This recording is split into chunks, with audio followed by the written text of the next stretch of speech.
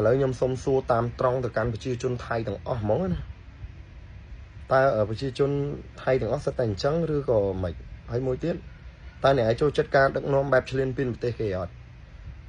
ខ្ញុំជឿជាក់ថាសម្រាប់ថៃទាំងអស់គឺមិនអាក្រក់អញ្ចឹងទេសេដ្ឋកិច្ចប្រទេសថៃល្អ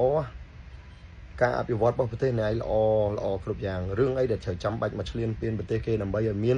បញ្ហាវឹកវរបញ្ហាបែកបាក់គ្រួសារកុំស្មានថាមានសង្គ្រាមហើយប្រទេសអ្នកឯងបានសុខខ្ញុំក៏មិនបានសុខ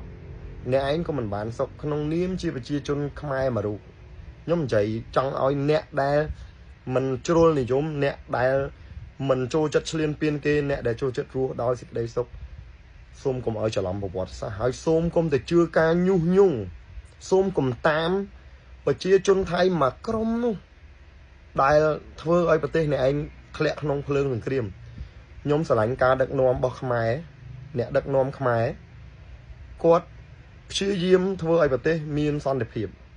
ណាប្រទេសខ្មែរអត់ខ្លាចអ្នកណាទេគ្រាន់តែយើងសូមរក្សាសុខសុវត្ថិភាពក្នុងប្រទេសយើងអត់ខ្លាចអ្នកឯងទេណាមេដឹកនាំខ្ញុំឆ្អិនហើយអត់ខ្លាចអ្នកឯងទេយុទ្ធសាស្ត្រទប់មិនវាយបកអ្នកឯងទៅចាំប្រជាជនខ្មែរ17លានអ្នកឯងចង់លោបបំពេញប្រទេសខ្ញុំត្រូវប្រើកម្លាំងអ្នកឯងគុណនឹង2គុណនឹង3ឬគុណនឹង10ព្រោះអ្នកឯងមកពីទីឆ្ងាយយល់អត់ហើយក៏មិនប្រកាសថាអ្នកឯងប្រើកម្លាំងប៉ុណ្ណឹងមកអាចយកឈ្នះប្រទេសខ្ញុំបានដែរ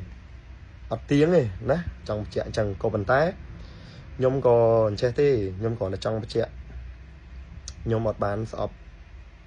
ថៃទេខ្ញុំស្រឡាញ់តែបើសិនជាអ្នកឯងនៅឆ្លៀនពីប្រទេសខ្ញុំដោយសារខ្ញុំអត់មានជំនាញប៉ុន្តែពួកខ្ញុំទាំងអស់ប្រជាជនខ្មែរគឺជួយអ្វីបានធ្វើអ្វីបានម្នាក់ម្ដាយមួយជើងគឺពួកយើងរួបរวมគ្នាខ្មែរតែមួយនៅក្នុងស្រុកឬក្រៅស្រុកក៏ដោយហើយខ្ញុំក៏ត្រេកអរឃើញទង្វើល្អសម្រាប់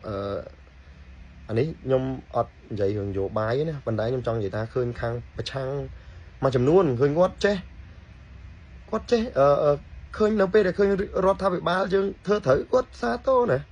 គាត់បានគ្រប់គ្រងកំណត់អញ្ចឹងខ្ញុំចង់បញ្ជាក់ទៅកាន់ថៃវិញថាប្រទេសអ្នកឯងគឺជាប្រទេសមួយដែលល្អមានគេហៅថាការអភិវឌ្ឍអីអ្នកឯងខ្ពស់ហើយចាំបាច់តែឈ្លានពានប្រទេសគេទៅអីជាពិសេសប្រទេសរបស់ខ្ញុំនេះហើយក៏ចូលរួមសោកស្ដាយសម្រាប់ប្រជាជនថៃដែលមកជួបនៅព្រឹត្តិការណ៍នេះបងប្អូនថៃទាំងអស់គ្នាអើយកុំចង់ធ្លាក់ក្នុងភ្លើងសង្គ្រាមអីណាអត់ចំណេញទេអត់មានចំណេញទេហើយសំណូមពរថា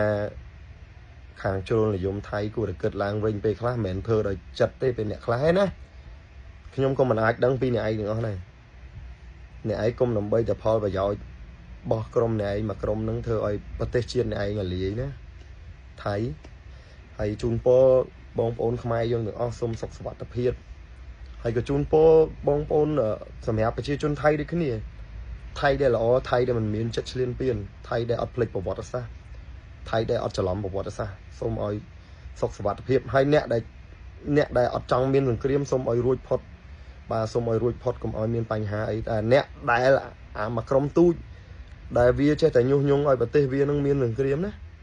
សូមឲ្យវាជួបតែបញ្ហាវាទៅហើយសម្រាប់ប្រជាជនថៃដែលស្លូតត្រង់ណាកុំទៅជ្រួលជ្រើមតាមពួកវាឲ្យពួកវាមកខ្លួនឯងមកសាកមួយខ្មែរមកដឹងហើយ